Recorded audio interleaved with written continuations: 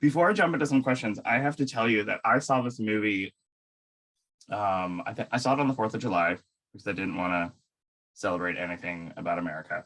So I thought way to celebrate then celebrate an American icon than rather the country itself. And I was so I was so floored by it. And I mean, I shouldn't have been surprised because I love everything that Baz Luhrmann does, but it was just so I've never seen like I hesitate to say biopic, but I mean, I haven't seen a movie about a famous person's life that was told this way.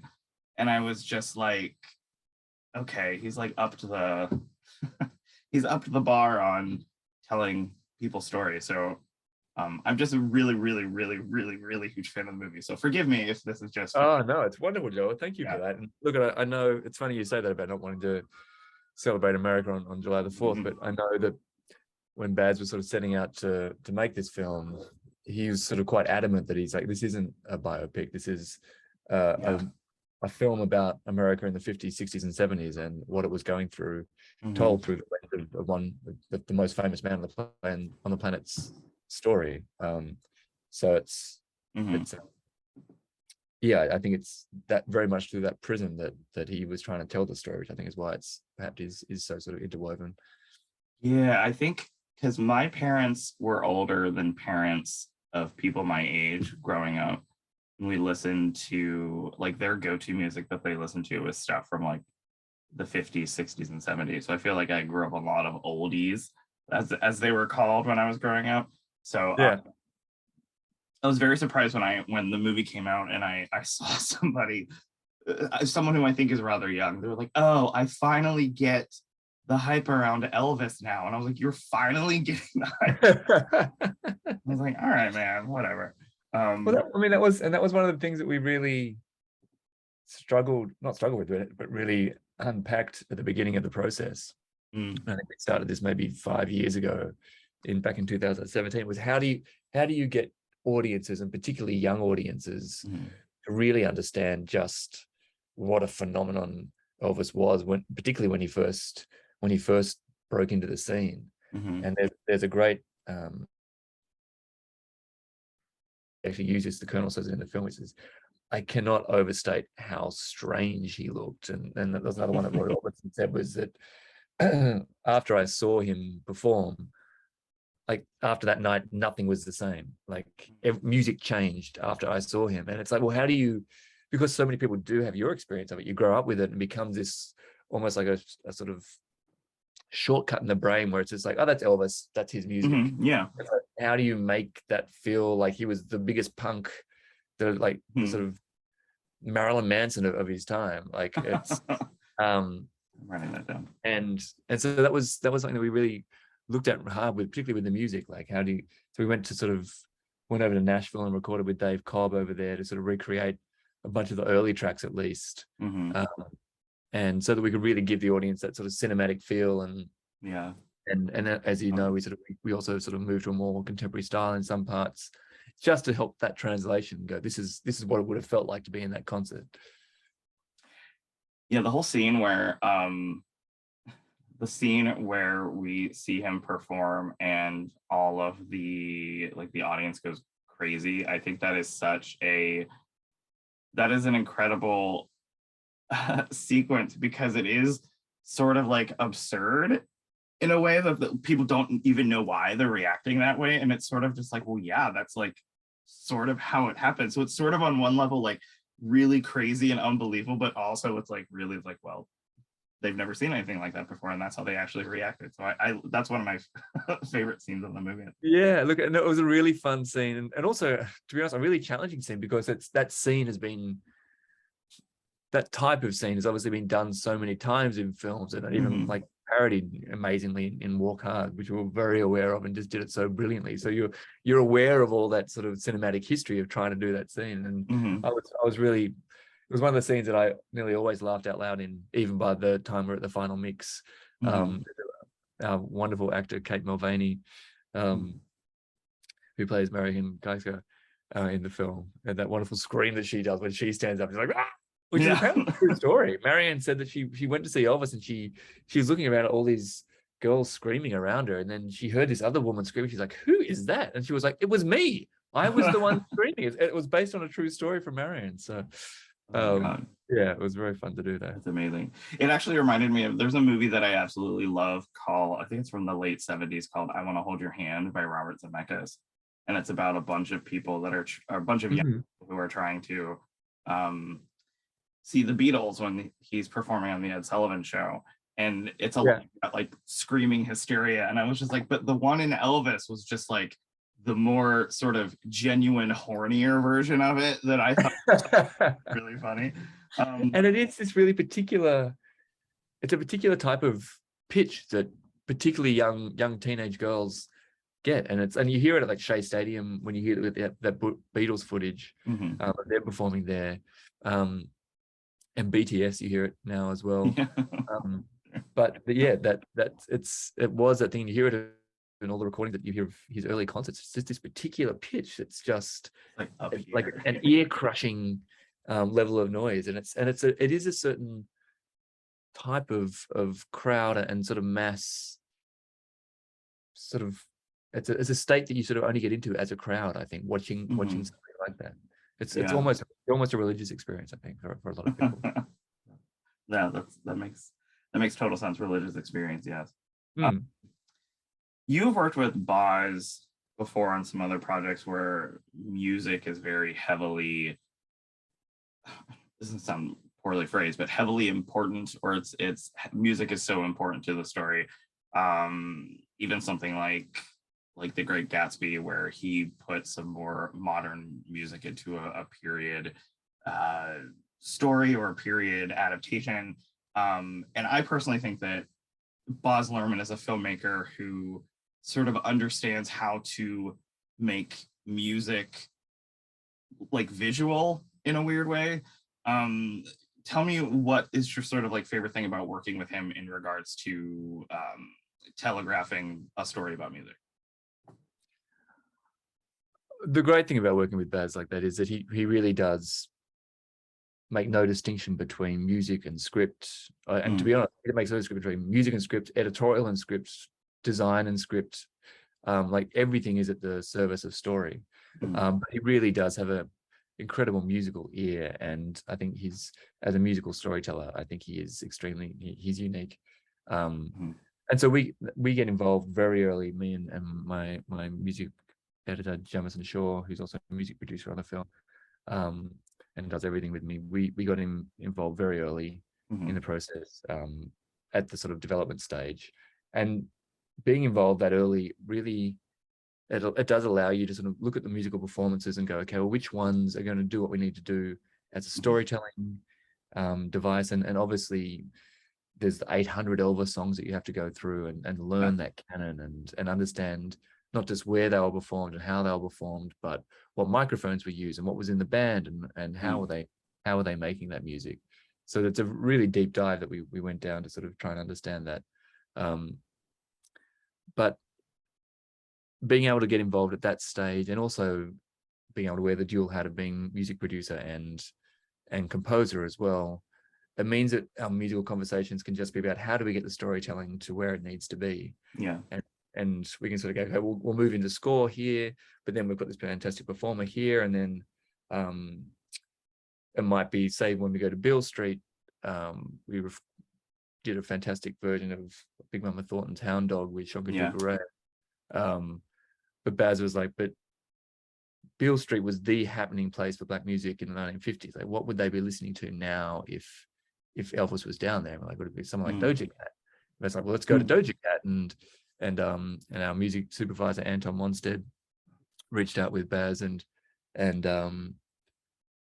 we sent her the stuff that we'd already recorded with Shonka, and she was able to make that wonderful track Vegas out of the material that we already had. So it's a very organic process of being able to just constantly do these iterative changes through story and keep building and building and building. And I think it's why it does feel so layered by the end of it, just because you just keep building idea on idea on idea, and then you have the luxury of being able to move to score whenever we need to as well.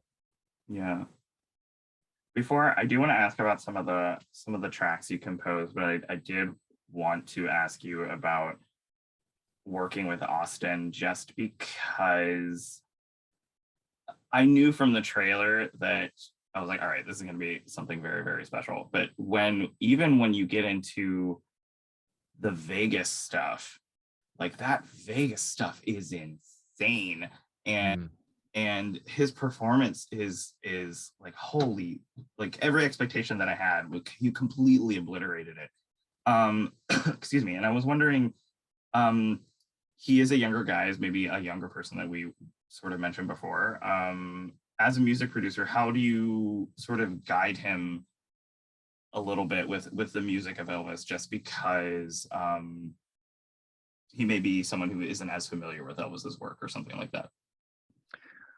I mean, I'd love to take all the credit for Austin's performance, but that young man and his work ethic is absolutely phenomenal. And I can guarantee that there's not a song or an interview or even a rehearsal take that he hasn't heard and studied. Like that man knows Elvis's catalog better than I would challenge anyone to know a detail that he's not aware of. And like he'd be up at 4 a.m. practicing.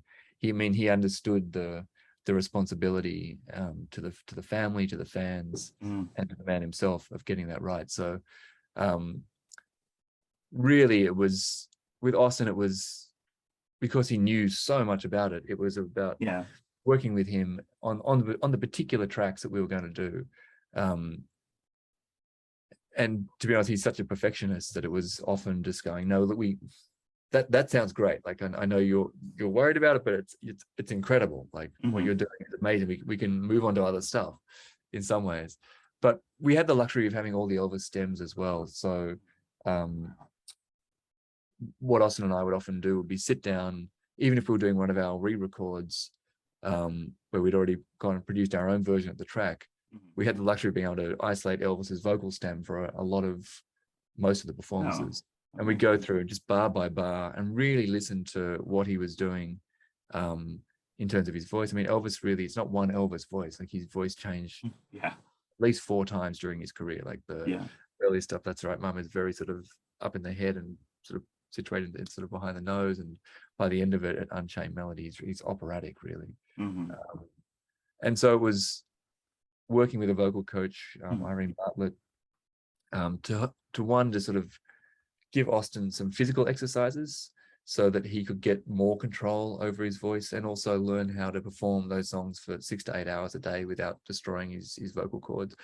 Really, when you've got to think he's sometimes coming off a scene the day before where he's been crying and screaming for 8 hours, and then he's got to go in and do a vocal performance. And Austin performed every single line of that song live every single time.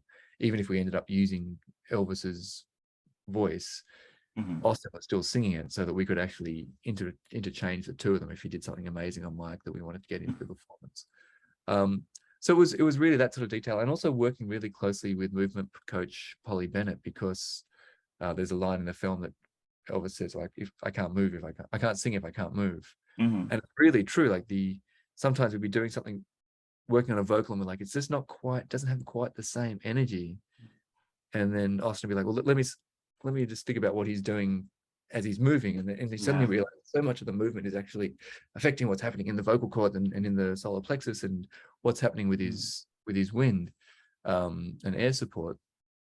And so that was another big part of it. Like, so it was like watching someone learn a classical piano piece. Like, you had to do all the movement, learn exactly what was going on vocally, learn what was happening with the band, had all this incredible technical detail that he had to sort of subsume and make a part of his body. And he did that, and then was sort of able to focus on getting it beyond an impersonation and actually performing it as an actor. And that was something that he was very aware of. There's a whole industry based around Elvis impersonators, and it couldn't be an impersonation. It had to be a performance. So.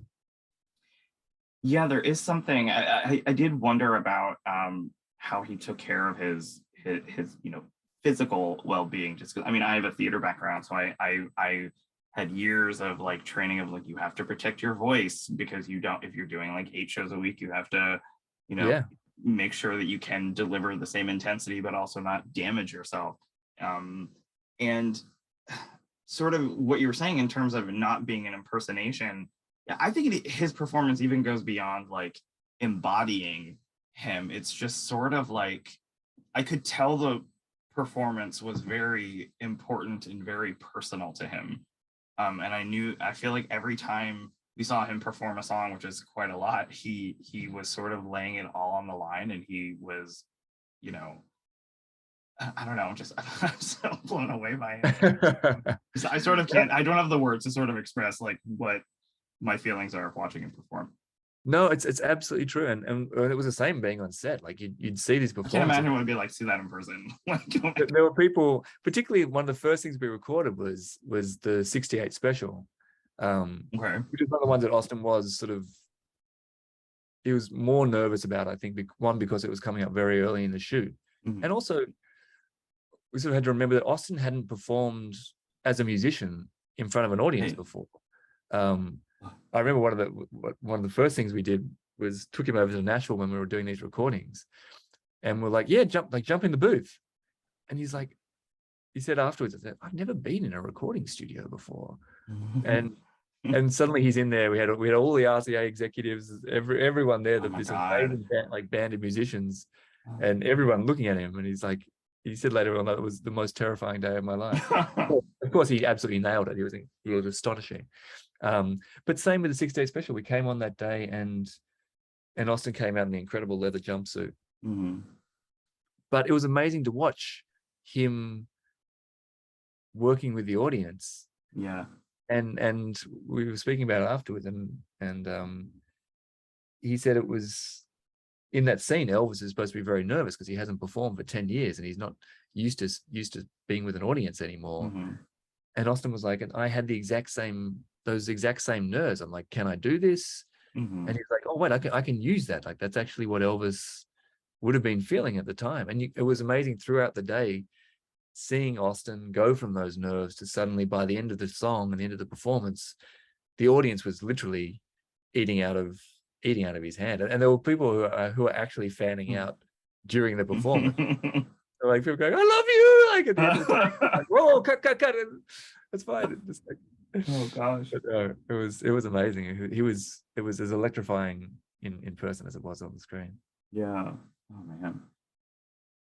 I do want to ask about some of the music that you composed. I listened to, I think I had like access to like 5 tracks. Yeah. And if I could ask you about a couple specific ones, if that's of course, yeah. The one that is titled Fly Away Weave, where we see Elvis as a young boy, and he sees that I lost the word of what he's seeing the Pentecostal, sure. The spiritual, that's the word. Yeah. I when I was listening to it separate from seeing it on screen, I love how circular that is. I love how there's like a quality of intensity to it. Also very like sort of loving quality to that track. And I like how we see it at the beginning of the film and it comes back later in the film. Sort of tell me about delivering the emotion of that scene, because that is such a pivotal moment of seeing Elvis as a young boy. Yeah, I mean, well, look, one of the things that we talked about very early on in this film is that you can't talk about Elvis and not deal with the issue of musical appropriation and the race issue. And from all the research we did, and Baz went down and talked to his childhood friend Sam Bell, and Sam said, yeah, he was the only white kid in our community, and we did used to go to these juke joints, and we go and we watch these amazing rhythm and blues performers. But then we'd also go to these Pentecostal tents, and Elvis would be down the front, like in the congregation, dancing and singing as a young boy. And we're like, well, that's an amazing story. Yeah. So yeah, we had Gary Clark come down and record this version of Arthur Crudup's "That's Right, Mama," combined with sort of the original Blind Lemon Jefferson, Black Snake Moan. And so Elvis sees him there, and what we wanted to do was show how those two things combine. So you hear that, and then we went and used this amazing recording that we had in Nashville with Dave Cobb, with all this fantastic gospel singers led by Shannon Sanders, who actually plays the preacher in the film as well. Oh wow. Okay. And so you have Elvis in there experiencing that music, and then we wanted to show in the two things melding in the mind's eye. So you cut back to Gary Clark Jr. doing the "That's All Right, Mama," and the two things are overlaid. Then you've also got Elvis about to go on the Louisiana hayride, cutting through time. And we love the idea of him duetting with his younger self and sort of going back to that place. And always that thing of gospel music always being what he came back to find his sort of his musical spirit almost.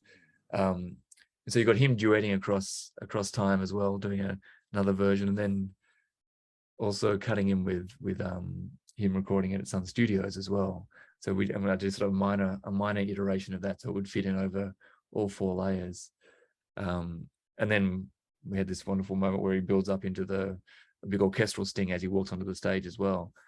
And that was one of my favorite parts of the film to sort of write and score. Was it's doing all the things that I love doing with Baz. You've got a contemporary artist in Gary Clark Jr. doing a classic cut of a obviously a very classic song, but also showing where that song that was Elvis's first recording had its heritage, and being able to access those amazing Pentecostal and gospel performers that we did in Nashville. It's something you can only really do with music, is give that sense of joy and that sense of movement. And again, that recording that on that day was one of the most sublime musical experiences I've had. Like we were crying in the recording session, and it just went all day. And these amazing singers were just kept singing and kept singing all day. Like we'd walk out for lunch and like they'd start up again, like we run back in and press record, and it really was like being in a service. And we'd sort of feed them lines of like scenes that we're trying to do and like musical ideas that I had, and they'd filter it through their own process and come back out. And we came back with this amazing recording, and we just knew how powerful that was going to be to actually show and give people the experience of what he felt when he was listening to that music. And so it was very spiritual, and it was a very special theme, and it's a theme that came back again and again. And the reason we used it was that Sam Bell, his childhood friend, said that was one of his favorite songs as a kid, was "Fly Away." And so it sort of became his theme throughout the film of that need to escape. And it was one that I sort of worked back in orchestrally many times throughout the film as one of our sort of key themes. Yeah, I noticed when I was listening to the music that you composed there, it reminded me of how, this may sound cheesy, but it reminded me of how, hearing something is such like a sense memory type of thing, where music can, hearing just like a couple notes of something can really trigger something within you. And I feel like that is something that you do really well with the music that you composed in here, because I think it evokes a very particular time, but it also hooks you with like an emotional component. Like another track that I want to ask you about is Bobby Kennedy's Been Shot. And I feel like that is a really, I didn't live during that time. I obviously know the history surrounding that, but just hearing the music when I listened to it yesterday, it was a very emotional experience for me, because it sort of, telegraphs how important Bobby Kennedy was to a lot of people, and sort of a huge tragic loss. And I think I wanted to ask you about like, how do you incorporate like history into like a piece of music like Bobby Kennedy Has Been Shot, because I feel like that is very important to not make the emotion feel hokey or put on or anything like that, if that makes sense. I mean, absolutely. Look, obviously I wasn't born then either, but but it's you can understand within the context of what's happening as a country. And you've already been through the other Kennedy assassination, you've been through Martin Luther King, all stuff that happened in Memphis, like just as we say, it's just down the road from where Elvis lived. So it was obviously something that had a huge impact, not just on him, but on all the society at the time. And I think, I mean, it's interesting living in our current times when you see things like what happened at the Capitol, and with the last election, and how disturbing that is when you just feel like the bones of what makes you as a country as is under threat. And I can't imagine what it would be like to actually have your leaders being assassinated. And that's, I guess that's sort of where I tried to tap into that emotion of, I was like, well, what would that actually feel like? And it's a communal grieving and a communal shock. And within the context of Elvis, it's actually interesting. It's one of the few ones where there's not an overt use of one of Elvis's themes, which is what I did mainly for the film. I was lucky enough to be able to just choose songs that people would recognize as his catalog and interpolate them throughout the score, which is what happens most of the time. It's one of the ones where that didn't happen as much. There's a at the back of my mind, I had the Glory, Glory, Hallelujah, which occurs in the American Trilogy, and that was there's a very, very abstracted string line that's moves,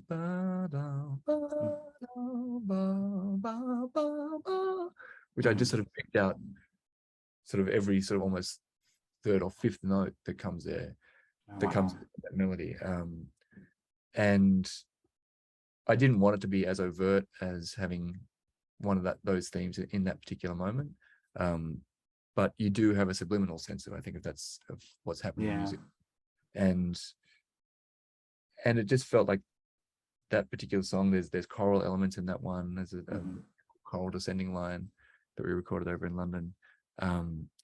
Again, something that speaks, something that the human voice does, that connects in a way that nothing else does, and that was why we sort of had the choral elements in there. But it is, you're just trying to tap into. There's, I think, music at its best when you do it right, it speaks to something in all of us, and hopefully that cue did that. Yeah, I think very successful in my opinion. Yeah.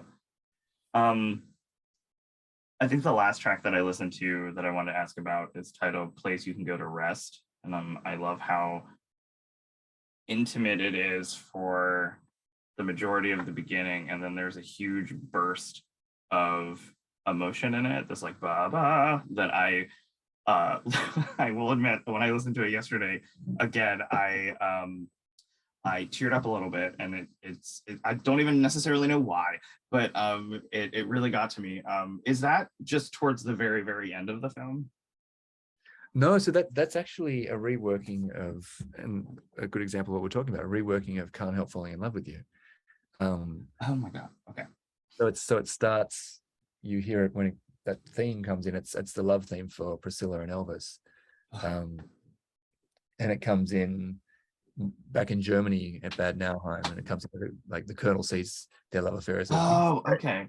So you have this sort of dunk, dunk, dunk, dunk, and do a sort of a minor version there.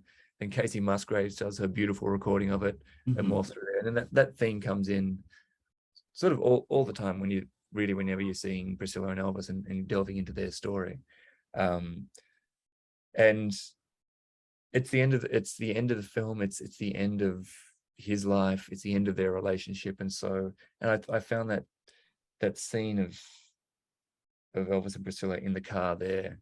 That's right. Where she's beseeching him just to go, please, like, for me, for you, for your daughter, book yourself in. Like, don't let it happen. And he just gives this heartbreaking sort of half non-committal nod. And it is incredibly intimate. So we had I think it was just a trio or a quartet playing that, and I set it in a minor version. So you just sort of got this descending line that goes all the way down, and it's such a beautiful song. Like, it was, it's in some ways so easy to work with such a strong melody, and you can extrapolate it a long way, and it's still, even like you say, even if you don't sort of recognize what it is initially, there's enough of that book there, and that is so well known that it hopefully gets under people's guard. And then it goes full sort of operatic at the end, not operatic, but almost Wagnerian in the scale of the orchestra. And then it also goes into Glory, Glory, Hallelujah. There's a beautiful cello line that plays that which is again his relationship. I use that as the theme for his relationship with the audience, because that's another real, it's a love theme basically. Elvis' relationship and his love for his audience. And then it finishes off with "I'll Fly Away," his desire to escape, and that's on the cello again. Yeah, it was look, it was an honor to be able to work with all those themes, really. You're killing me with all of these. Oh my God, I want to go back and watch the movie again. The stuff with Elvis and Priscilla, there's something about how the majority of a lot of their emotional scenes are not in public, they're very private. And I think like that car scene, as soon as I asked you if it was towards the end of the movie, I remember her saying the line like, "It's a place where you can go to rest." I don't know why I forgot that. But that scene in the car is devastating. It's so, yeah. And it's sort of like in the back of my mind, I knew Elvis and Priscilla weren't married. I knew they separated, but for some reason, when I watched the movie, I forgot, and I was very upset when they when they split, just because the two actors on screen sell it to me so hard, and I buy it. Okay. I guess one last question before I let you go is, sounds like a cheesy question, but I'm going to do it anyway. Did you sort of have, I don't say did you have a favorite Elvis song, and did that change throughout this process? But I wanted to know like how much maybe your appreciation for Elvis changed as you worked on the music of this. I am a huge sucker for Suspicious Minds. I've listened to that about 8,000 times since I was a huge fan of that song anyway. But I was just curious maybe how the evolution of your appreciation may have changed as you worked on the movie. Yeah, I mean, look, favorite songs are really hard. Suspicious Minds is fantastic, and again, another one of our key themes throughout the film, sort of as the Colonel sort of traps Elvis. I think my appreciation for Elvis, and I was an Elvis fan, but not a religious Elvis fan in the way that a lot of people are. When I came into the film, and by the end of it, I can safely say that I am. Like, it's seeing and also breaking down with Austin what he was able to do as a performer, the vocal control that he had. And one of the things in particular that I really didn't understand and have a much better appreciation for now is what an incredible rhythmic performer he was in his vocals. Like, there's elements within something like Trouble where he's getting three different rhythmic sort of syllables into one note, and you can often play his tracks without any drums, and it's such an incredibly moving, like rhythmically moving performance. It's absolutely incredible, and the breath control that he has, you sort of know that he's a fantastic performer, but when you actually break it down technically and understand what he's doing, that's astounding. But again, that's only one sort of technical level. It's really seeing what he's doing to the audience and how he's able to do that, and also understanding that this guy was doing 3 sets a night sometimes, and what he left, like what he was giving out on the stage, it's like, how it's inhuman. It's really unbelievable, and it's why he had that effect on so many people, and why he's sort of transcended just being a person and really to become a symbol for so many people, because like any amazing performer, he allowed people to sublimate themselves in that moment of watching him, where what he was giving them, what they were giving back to him, became this incredible alchemy and became an idea of something greater. I think it's an incredible communion that you have through music, and it is almost a religious experience for people both who are religious but also who aren't. Like, there are very few things in this world where you're able to connect with so many other people at the same time, and there's something about being in space, particularly when it's live, and having that connection. It's you can understand when you watch the footage, but also when you see Austin performing it, to be honest, why people have that response, and why he was elevated to the sort of status that he was. And he did become more than a man to a lot of people. I mean, there's pilgrimages to his house. There's a canon of his music. There's iconography. There's the impersonators who are almost like the priests of his canon, and it does sort of become more than just an experience of one man. Like, it becomes a representation of something for a lot of people, and having studied him as closely as I have now, I really understand why. He was that fantastic. He was that great a performer. Yeah, sort of I think the first time we see him in Vegas perform, the sort of relentlessness that is in that sequence, that is so, like, watching him love being in front of a crowd. I can't imagine him doing that more than once a day, because he's just giving so much to like hundreds of people. And I didn't even realize that he was doing it that often until after I saw the movie and I was doing like a deep dive online. Yeah. And it's sort of like, that's insane how much he performed like that. And I think what the movie does, and the last thing I'll say before I let you go, is I think what the movie does is, when I was growing up, I feel like there was a lot of like iconography, but done in a sort of, not like jokey sense, but I feel like there was a little bit of an undercutting of his legacy a little bit. And I truly believe, this is not bullshit, but I truly believe that this movie really takes away any sort of humor or making fun of him, and really elevates his legacy now to a completely new generation who are unfamiliar, as we've talked a little bit about throughout this conversation. I think it really shows like how much he gave as a performer, and I feel like a lot of artists don't necessarily get that. Yeah, I totally know what you mean, Joey. And I mean, obviously we were very, very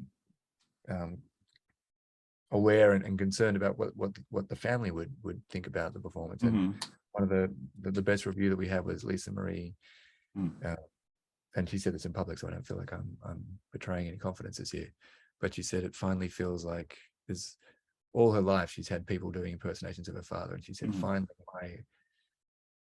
my children and my family have a portrayal that feels like it's true to what they knew of his father. And she said, look, I know that if Elvis was here, he'd be like, and she said, hot damn, that's it, that's the performance. So and that meant everything. And that's what we wanted to do. We wanted to make people understand just how incredible he was, seen through the lens of being there at the moment, not through sort of all the layers and layers and layers of impersonations that have been done. So yeah, I think it was Priscilla came public about her opinion of the movie. I feel like that sort of got more people excited even to see it, because if somebody who is quite literally in the movie talks about how truthful and respectful it is, I think that also puts the audience at ease. And I think that's another reason why a lot of people are really loving it. Everyone who writes for the website that I write for, we all like are batshit crazy for them. Well, thank you so much for your time and your generosity. I'm sorry, I didn't realize we were talking for 40 minutes. I'm just a huge fan, and I think the music you compose is beautiful, and I think the respect and the love that you have for Elvis and his family really shines through. Excuse me. So thank you so much for your time. Oh, Joe, it was really wonderful to talk to you, and thank you for such perspicacious questions as well. Yeah, well, thank you. Well, have a good day, stay safe, and I guess goodbye. Okay, thanks very much, Joe. Appreciate it. Bye. Take care.